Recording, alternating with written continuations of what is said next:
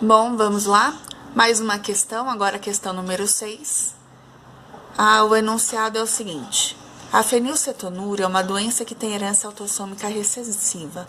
Considere a prole de um casal de heterozigóticos quanto à mutação que causa a doença. Letra A. Qual a probabilidade de o genótipo da primeira criança ser igual ao dos progenitores?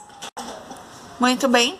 Sabendo que o casal ele é heterozigótico para fenilcetonúria, é correto afirmar que tanto o pai quanto a mãe apresentam o genótipo azão-azinho. E a pergunta é, qual a probabilidade de que os seus filhos, a criança também tenha o genótipo igual ao dos pais?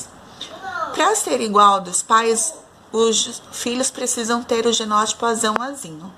Então, conforme esse quadro de Punnett, nós temos 50% de chance, porque olha os resultados de descendentes.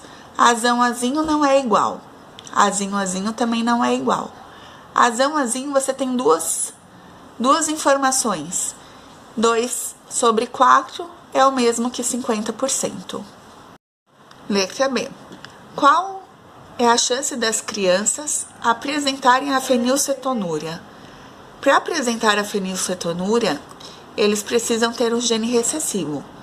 E o gene recessivo em duplicidade só tem uma possibilidade dentro de 4 tentativas.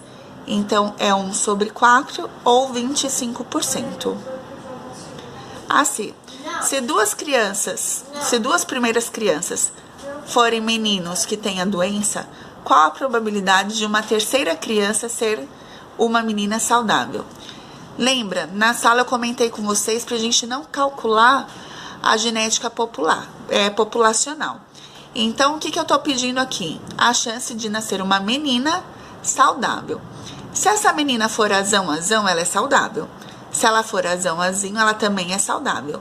Então, aqui eu tenho 75% ou 3/4. Multiplicado a chance de ser do sexo feminino, que é 1 sobre 2, você vai ter o resultado de 37,5 ou 3/8. E o D, se a primeira criança for clinicamente normal, qual a probabilidade dela não possuir a mutação que causa fenilcetonúria? Olha só, se ela possuir azinho-azinho, ela é doente. Ela não vai possuir a doença se ela tiver azão-azão ou se ela tiver azão-azinho. Se ela tiver azão-azão, ela não tem a doença e ela também não carrega o gene portador. Se ela for azão-azinho, ela não tem a doença, mas ela carrega a portabilidade da doença. Então, olha só, se a criança for clinicamente normal, ela precisa ter um azão.